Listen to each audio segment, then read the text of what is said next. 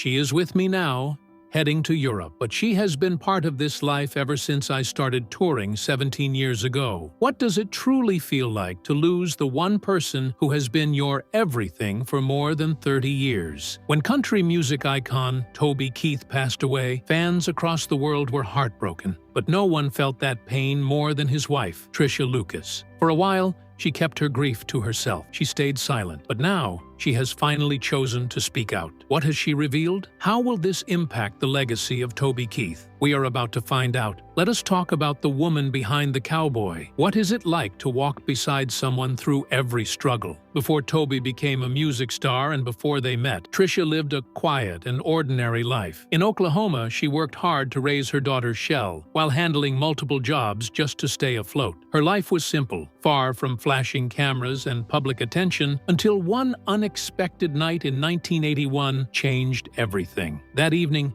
she met a tall man who seemed to tower over everyone else in the club. But it was not just his height that caught her attention. He had the kind of eyes that made you stop and look again. His name was Toby Keith. At that time, he was not a star. He was not even close to being one. After finishing high school, he went to work in the oil fields like his father before him. He called it rough work, the kind that left your hands sore, but it paid well. At 20, Toby was making $50,000 a year. That was a lot in the 90s, but it still did not place him among the wealthiest. When he was not working, Toby played in a band called the Easy Money Band. They performed at small bars around town, bringing Alabama-style country rock music to local crowds. Toby had a special gift for it. During a 2001 interview with People magazine, Tricia remembered that she was 19 and he was 20 when they first met. She described him as one of those larger-than-life guys, full of confidence and charm. Back then,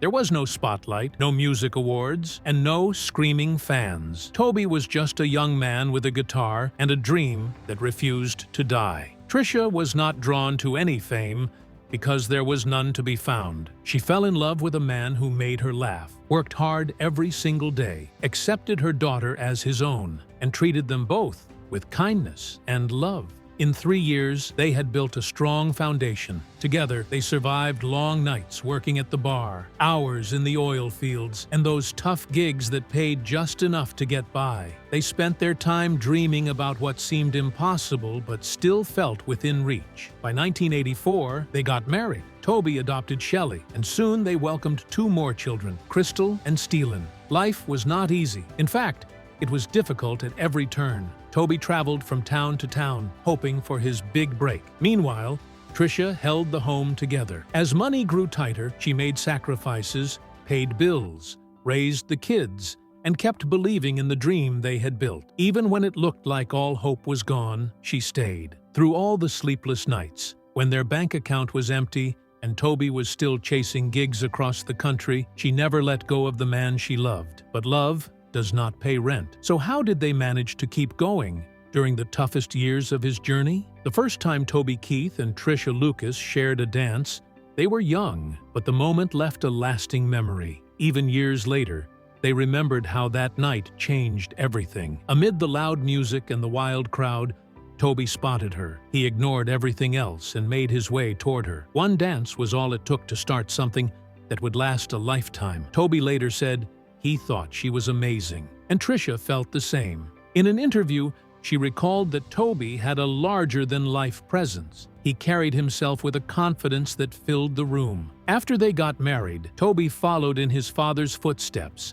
and worked in the Oklahoma oil fields. It was not a safe job. In fact, it was so dangerous that he once saw a co-worker lose his life right on the site. Still, the money was steady. Toby did whatever he had to do to provide for his wife and children. But he never gave up on his music. That dream never left his heart. When the oil business collapsed, it could have broken him. But Toby did not stop. Instead, he pushed harder. He gave everything to music and kept playing at small bars with the Easy Money Band. Most nights, they earned just $35 and maybe a couple of free beers. It was not nearly enough for a growing family, but Toby kept performing, and Tricia stayed by his side. The bills kept piling up. Creditors kept calling. Life felt more like a storm than a home. But Tricia never walked away. She did more than believe in Toby. She fought for him. She held on to that dream even when it seemed to flicker in the dark. He would often say, "Trish, one of these days, my time is coming. Just hang in there." Years later, she remembered those words clearly. She stood by him when others doubted. Even when friends told her to give up and move on, she never did.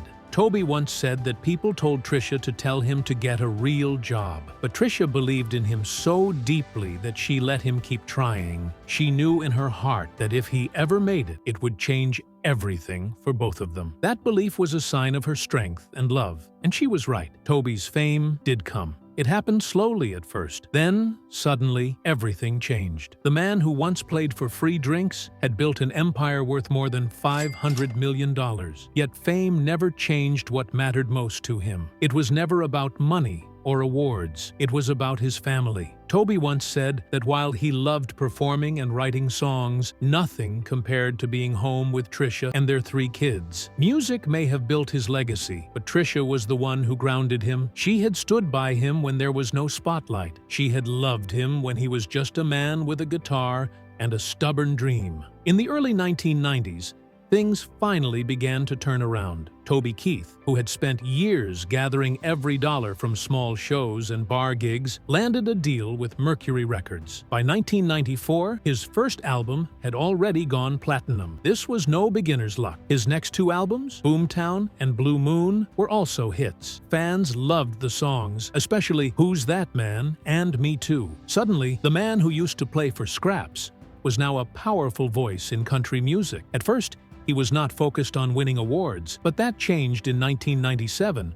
when he recorded I'm So Happy I Can't Stop Crying with Sting. The song earned him a Grammy nomination. Then came 1999, and How Do You Like Me Now changed everything. The album won Album of the Year at the Academy of Country Music Awards, and Toby was named Top Male Vocalist. Just 2 years later, his album Pull My Chain topped the charts, and he finally won his first Country Music Association Award for Male Vocalist of the Year. That honor felt long overdue. But as his career soared, tragedy struck. In 2001, Toby's father lost his life in a car crash. Just months later, the attacks of September 11th shocked the world. Grief and anger filled Toby's heart. That pain gave birth to a song that touched millions, especially military families. It was called Courtesy of the Red, White, and Blue, the Angry American. That powerful anthem anchored his album Unleashed, which became his first to reach #1 on the Billboard 200. Then he joined forces with Willie Nelson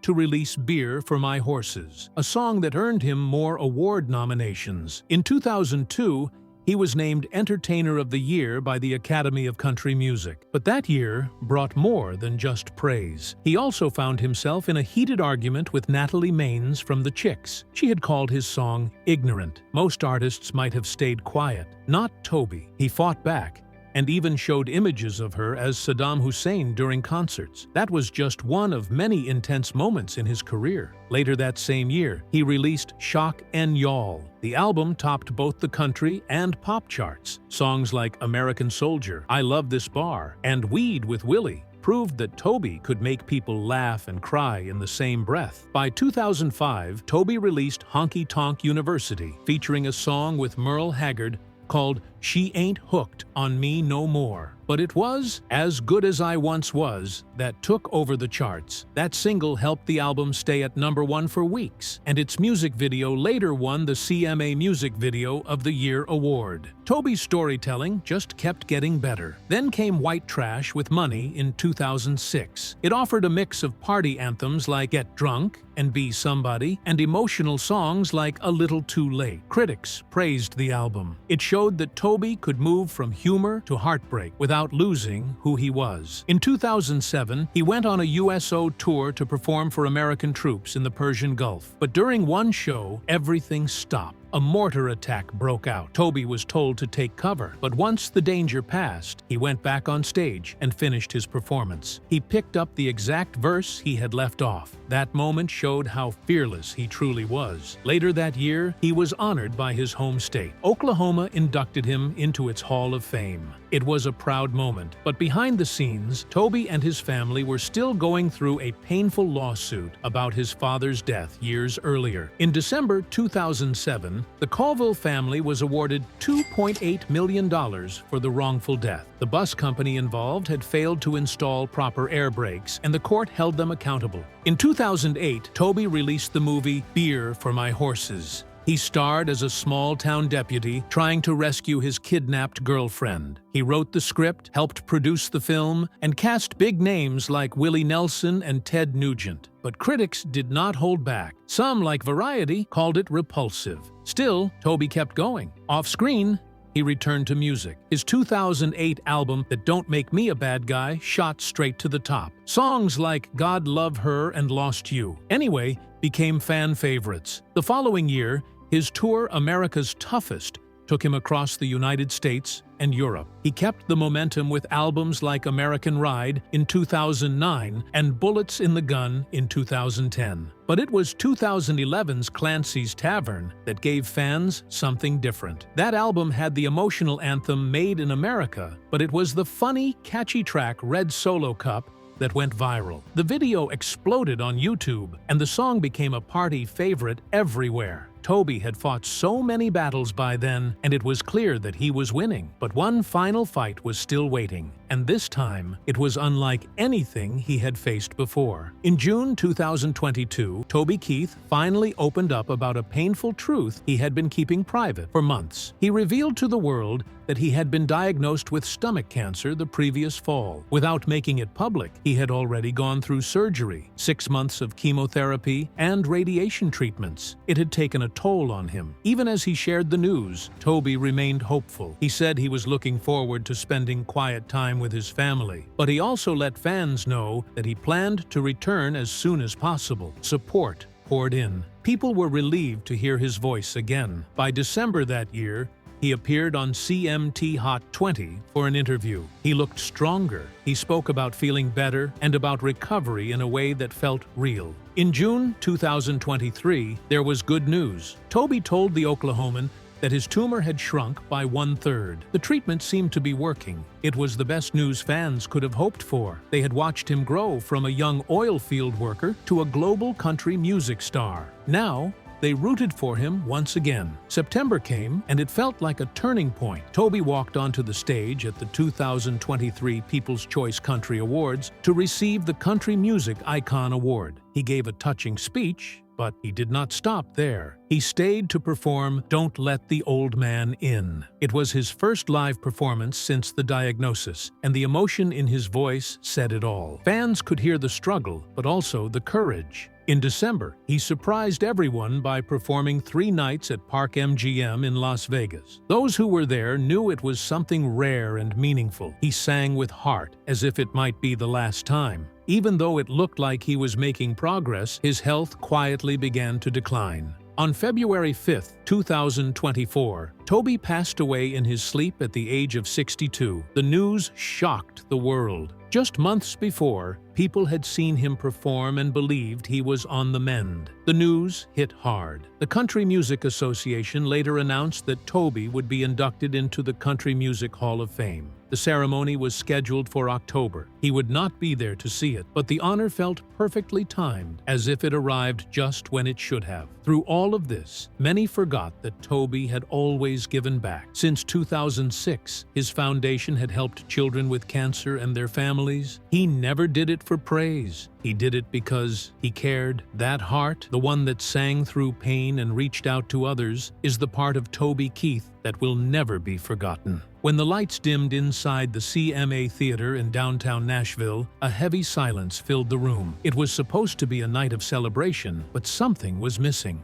Toby Keith was being honored as one of the newest members of the Country Music Hall of Fame, alongside John Anderson and James Burton. Instead of Toby standing there smiling and telling stories, his wife, Tricia Lucus, took the stage in his place. For nearly 40 years, she had been his partner, but this was her first time speaking publicly since his death. Standing at the podium, she did not try to hide her emotions. She looked out at the audience and said in a soft voice, "This is actually the first time I've been able to talk." For a moment, the entire room went still. Their son, Stephen, stood next to her, the way Toby would have. Back in February, the world had learned about Toby's death after his quiet battle with stomach cancer. What many people did not know was that he had already been voted into the Hall of Fame before he passed. The news had not been shared with him in time. He never got to hear it. That night, everyone made sure he was remembered properly. Post Malone sang, "I'm Just Talking About Tonight." Eric Church performed "Don't Let the Old Man In." Blake Shelton followed with "I Love This Bar"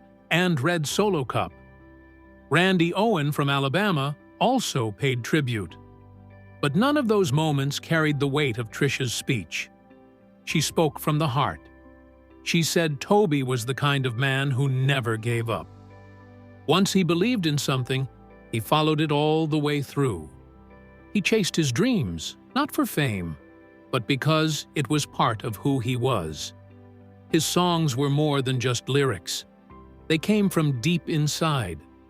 She talked about that final performance at the People's Choice Country Awards. The song Toby chose that night was originally written for Clint Eastwood's movie, The Mule. But Tricia said it felt like Toby had made it his own story. She reminded everyone that Toby did more than sing. He helped others. The OK Kids Corral in Oklahoma was just one example, a place where families of children with cancer could find shelter. He also traveled overseas to sing for American troops, no matter how far he had to go. He did it quietly, not for applause. He did it because it mattered to him.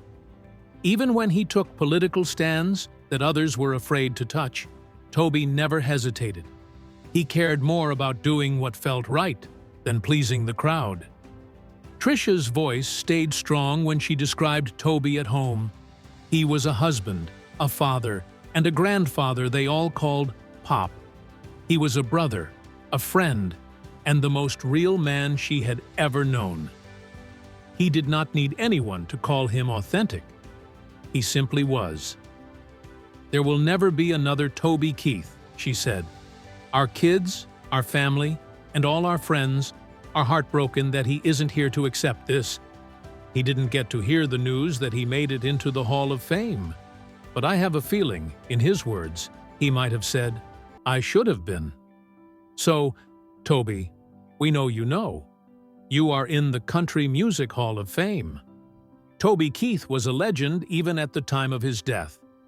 As a final tribute, Oklahoma Governor Kevin Stitt ordered the U.S. and Oklahoma flags on state property to fly at half-staff all day on February 6th, until sunset the following day. Toby left behind more than music. He left behind a family who loved him deeply. His daughter, Crystal Keith, followed in his footsteps as a singer. She performed during a tribute concert for her father and had even shared the stage with him in the past. His other children, Shelley Koval Rowland and Steelan Keith Koval, also carry on his legacy. How much did Toby Keith mean to you? What memories do you carry? Share your thoughts in the comments. And if this story touched you, like, share, and subscribe to our channel. Before you go, check out the other videos now playing on your screen.